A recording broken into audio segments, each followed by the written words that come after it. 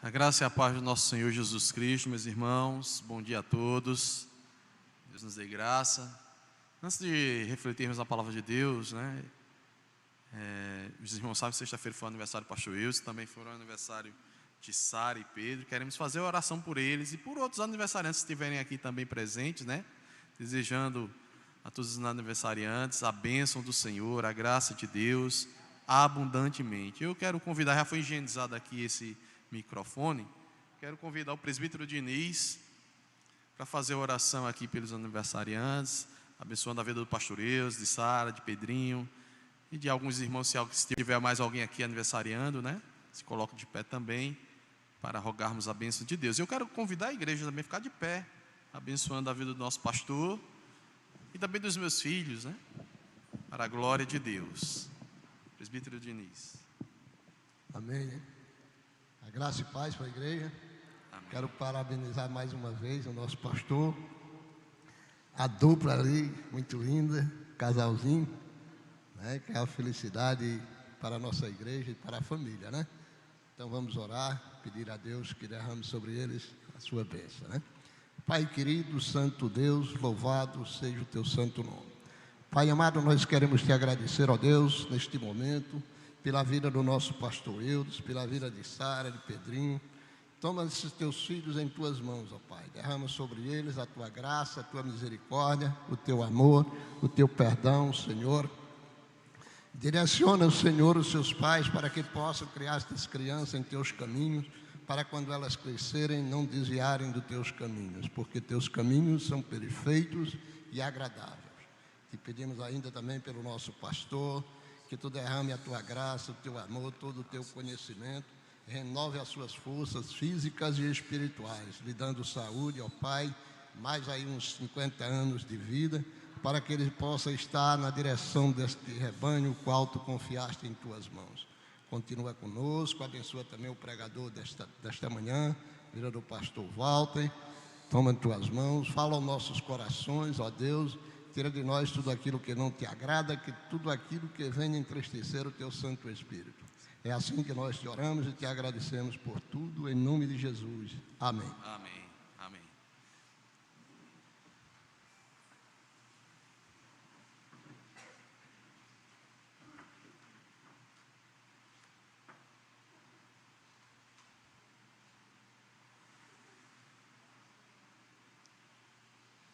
Meus irmãos, geralmente, em momentos de celebração da ceia do Senhor, nós procuramos refletir sobre os ensinamentos que o Senhor nos ensinou ao instituir esse sacramento, a colocar diante da igreja, essa ordenança, para que pudéssemos assim celebrá-la sempre em memória do Senhor.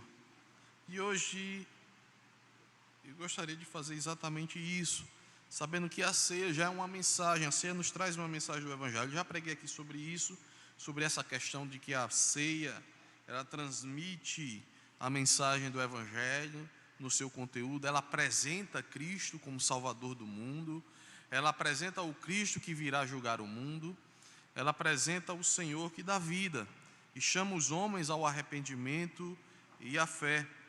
E hoje eu gostaria de refletir sobre o que Paulo escreve na sua primeira epístola aos Coríntios, a partir do versículo de número 27 ao 30, onde ele traz uma expressão e esses dois termos que eu gostaria de maneira breve, sucinta, porque a própria ceia nos falará também poderosamente na celebração, quando nós participarmos do pão e do vinho, estamos refletindo e absorvendo a bênção de Deus, segundo a graça que o Senhor nos dá por meio da celebração da ceia.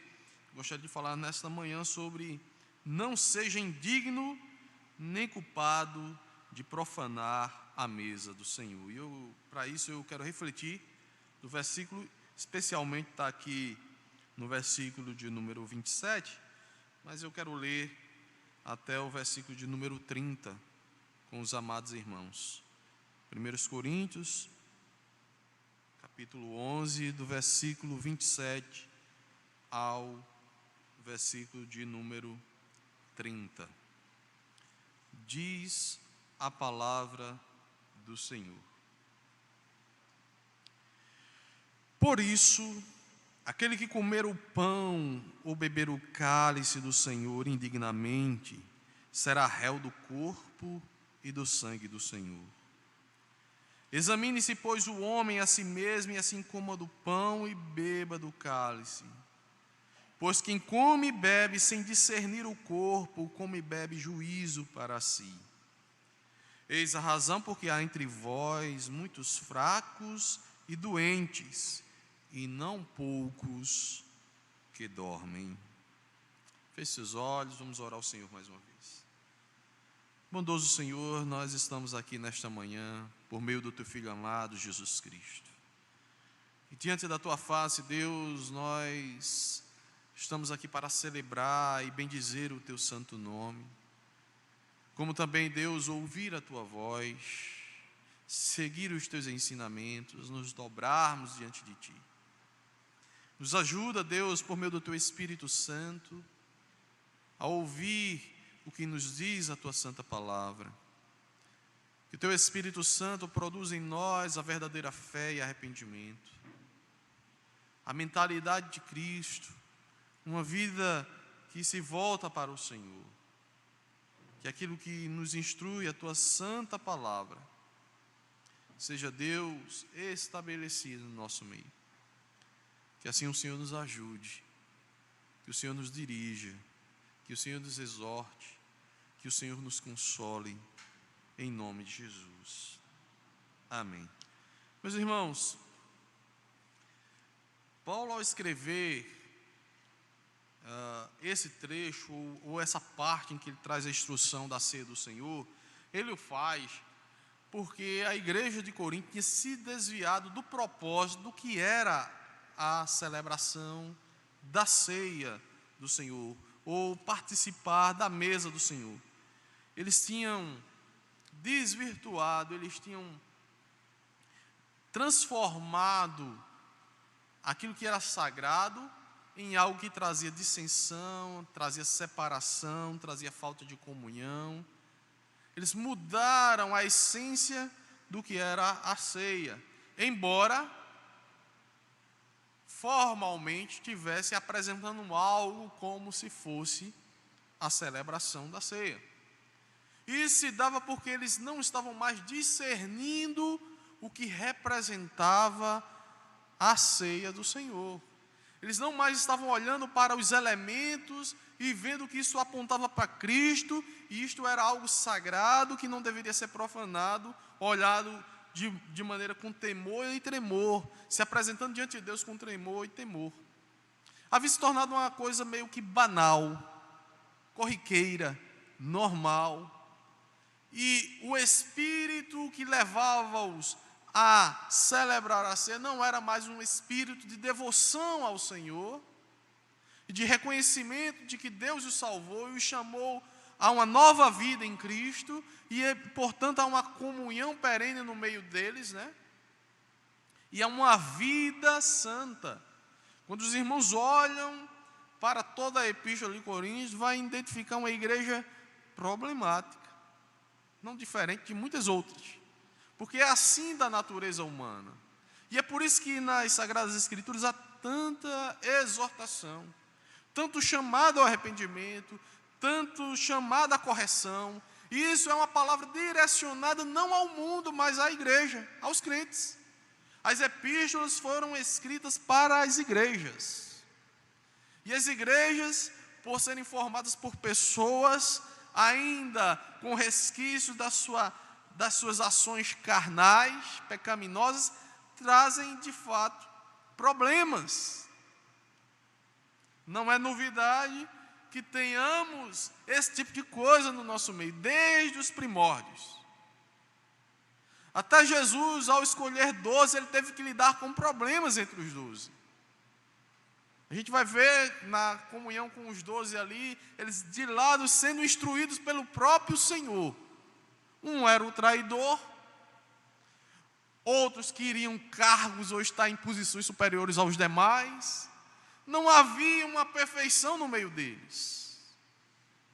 A gente vê que quando Jesus ele arregimenta mais pessoas, uma multidão começa a segui-lo, vai chegar um momento que aqueles homens, aqueles discípulos, aquelas pessoas que seguiam Jesus diziam: não, esse discurso desse homem é muito duro, não dá mais para aguentar esse homem.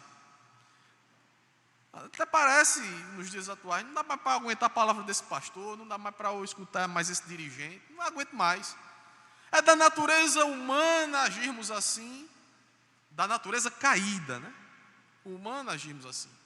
E é por isso que Deus dispensa sobre a igreja, ou derrama sobre a igreja o seu Espírito, para que o seu Espírito influencie de tal maneira a vida dos crentes, que eles possam combater os desejos carnais, as inclinações da carne e esse tipo de coisa. E a instrução da palavra de Deus, ela vem para falar ao coração do homem e ao coração do crente, para que ele possa se moldar a Cristo. O primeiro passo que nós precisamos ter é entender que nós não somos perfeitos, temos muitas falhas e precisamos melhorar, irmãos. É por isso que aquele clichê antes de apontar para os outros, olhe para si mesmo, deveria ser algo constante em nossas vidas, porque a gente precisa saber que somos tão maus quanto aquele irmão que a gente aponta o dedo dizendo assim: mas esse irmão faz isso, faz aquilo. Espera aí, pare e reflita sobre o que você faz ou deixa de fazer, se você não vai estar no mesmo barco. E a ceia aqui, celebrada em Corinto, tinha entrado por um caminho que de fato tinha se afastado do propósito maior. E Paulo chama a atenção, porque o juízo de Deus está sobre a igreja. O juízo de Deus está sobre aquele que não discerne o que é santo e profano. O juízo de Deus está sobre aqueles que acham que Deus não julgará o seu povo. Como nós lemos no versículo de número 27, Paulo começa a trazer uma exortação muito dura, e ele vai falar do que está acontecendo na igreja, e de que o que está acontecendo na igreja não é obra do acaso, não é algo fortuito, mas é o juízo de Deus sobre os crentes, porque eles estão agindo de uma maneira que desdenha ou despreza o seu Senhor. E aí ele usa um advérbio para trazer a ideia de indignidade. Comer indignamente. E o que seria participar da ceia do Senhor indignamente?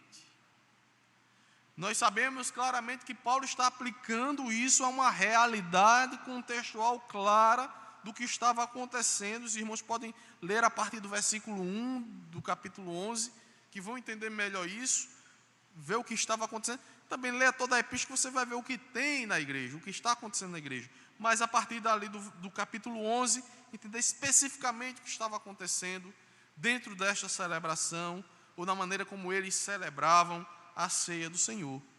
De fato, Paulo está aplicando uma correção à corrupção que acontecia no seio daquela igreja, de um erro particular que tinha ali na igreja de Corinto. Mas ao fazer isso, ele está também de maneira geral, não diretamente, indiretamente, de maneira geral, instruindo todo o povo de Deus, inclusive nós hoje, porque ficou registrado, e nós podemos tirar as lições do que aconteceu lá e aplicá-las a nós hoje aqui. Então, Paulo, na verdade, de maneira geral, ele vai nos ensinar a nos livrar de toda espécie de erro que porventura possa ser encontrada na celebração da mesa do Senhor, de como nós nos colocamos diante de Deus na mesa do Senhor. Para o pastor e teólogo João Calvino, comer indignamente era desonrar o uso puro e legítimo por nosso próprio abuso. É quando nós fazemos a ceia para nós mesmos, como se isso aqui fosse algo para nós mesmos, para o nosso, simplesmente como nós fôssemos centralizados nesse contexto. Era o que acontecia em Corinto. Alguns desprezavam outros irmãos porque eles não estavam preocupados na mesa do Senhor, mas com seus próprios umbigos. E aí, meus irmãos, quando nós profanamos a mesa do Senhor, nós somos culpados. É isso que as Escrituras nos dizem. Por isso, aquele que comer o pão ou beber o cálice do Senhor indignamente será réu, ou seja, será culpado do corpo e do sangue do Senhor. A palavra, nessa tradução de réu aqui, é a palavra culpado. É a palavra no sentido de ser julgado. O réu aí é aquele que está sendo julgado. Tá? Mas julgado não simplesmente com o sentido de ser absolvido, porque pode ser injusto, não. Julgado no sentido de que é culpado, porque comeu indignamente. E por comer indignamente, ele é réu e receberá juízo. É nesse sentido que o termo réu aqui é aplicado. Não é um réu que pode ser inocente, é um réu que tem culpa, porque participou indignamente. E aí ao ler esse texto, eu concordo no sentido humilde da palavra, porque eu sei que Calvino tinha muito mais profundidade em conhecimento bíblico e conhecimento das línguas originais do que eu. Mas eu concordo com o que ele diz, de fato, quando ele trata de que há graus de indignidade diante da ceia. Porque há pecados que são notórios e claros diante da nossa consciência, diante de Deus, e há pecados que muitas vezes nós sequer tomamos ciência, ou não temos ciência de que estamos profanando a mesa do Senhor. Fazemos até com alguma boa intenção, mas fazemos de maneira errada. E é por isso que Calvino traz essa ideia exatamente dos graus de punição que nos é apresentada aqui em Corinto. Há entre vocês fracos, porque de certa forma despreza a ceia, mas não de uma maneira ostensiva, cometendo pecado graves, e há aqueles que são de fato punidos com a morte, de tão grave que são a sua forma de celebrar, de se apresentar diante do Senhor. Então existe aqueles que têm ciência de que estão pecando diante de Deus, sabem que estão pecando diante de Deus por meio de fornicação, de embriaguez, de sortilégios, de idolatria, de adultério, de cobiça, etc. Eles sabem que estão fazendo isso, mas com a cara mais lavada do mundo se sentam para participar da ceia. Quantas histórias aí de pastores que a gente vê que caiu, que está em adultério não sei quanto tempo, estava lá participando da ceia, celebrando a ceia como se para os irmãos, como se nada tivesse acontecendo. E quantas pessoas no meio do povo de Deus participam, fazendo coisas erradas, sabendo que estão errados, mas vão lá e se sentam e participam como se nada tivesse acontecendo. Agem de maneira indiferente, participando da ceia. Estes, meus irmãos, cometem um insulto grave a Cristo. Por certo, os que assim procedem receberão a sua própria destruição. É o que nos diz a palavra do Senhor. Já outros, mesmo não estando sobre algum erro óbvio e perceptível, no entanto, em seu coração, não estão preparados como deveriam. Visto que esta displicência ou indiferença, como diz Calvino, isso aqui é uma coisa qualquer. Essa indiferença de não discernir que está participando ali do corpo e do sangue do Senhor. Essa indiferença é um sinal de irreverência diante da mesa que é santa,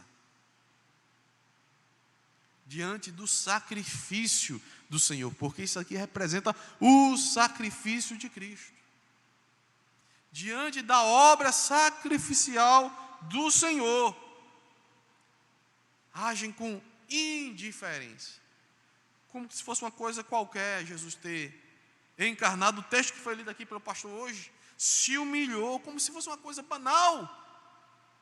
É assombroso, meus irmãos, quando nós imaginamos, mas Deus, na pessoa do Filho, se humilhou, foi humilhado diante dos homens, suas criaturas, pecadoras, miseráveis, se sacrificou pelo seu povo, para satisfazer a sua própria justiça e salvar um povo para si. Meus irmãos, isso é assombroso. Quando a gente imagina isso, o Deus que não precisa de nenhum de nós, eternamente santo, separado de tudo, toma essa atitude. Então não é algo comum. A ceia não é algo comum, não representa algo comum, uma coisa qualquer. Então essa indiferença, como disse Calvino, é um sinal de irreverência.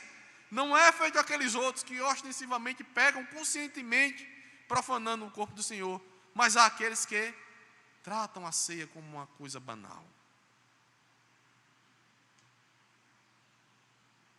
Indiferença.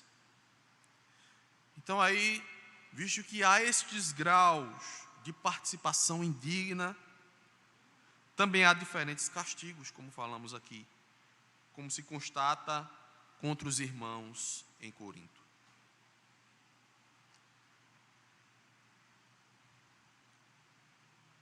E aí, meus irmãos, vem a instrução do apóstolo para todos nós, como veio para a igreja.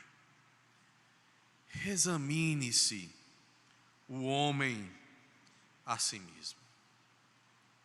Olhe para você e veja como você tem agido diante do seu Senhor. Se você tem pecado constantemente contra Deus, agido de maneira que desonra o nome do Senhor, porque esse é um momento de chamada ao arrependimento e fé. A ceia é um chamado ao arrependimento e fé. Ela transmite o Evangelho. Ela nos chama a reconhecermos as nossas faltas. E quando Paulo escreve à igreja de Corinto, ele escreve para que a igreja se arrependa. Não é para acusá-los.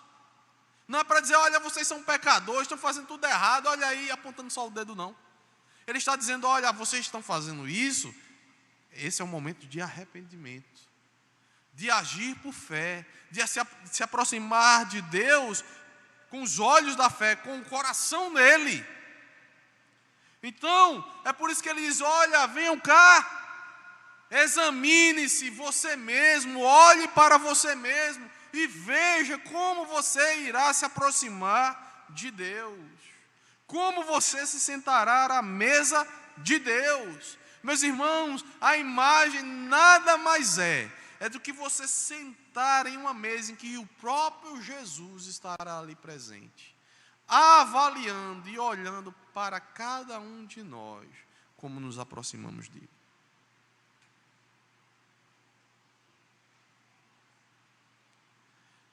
É esse autoexame, como se o próprio Jesus dissesse para nós,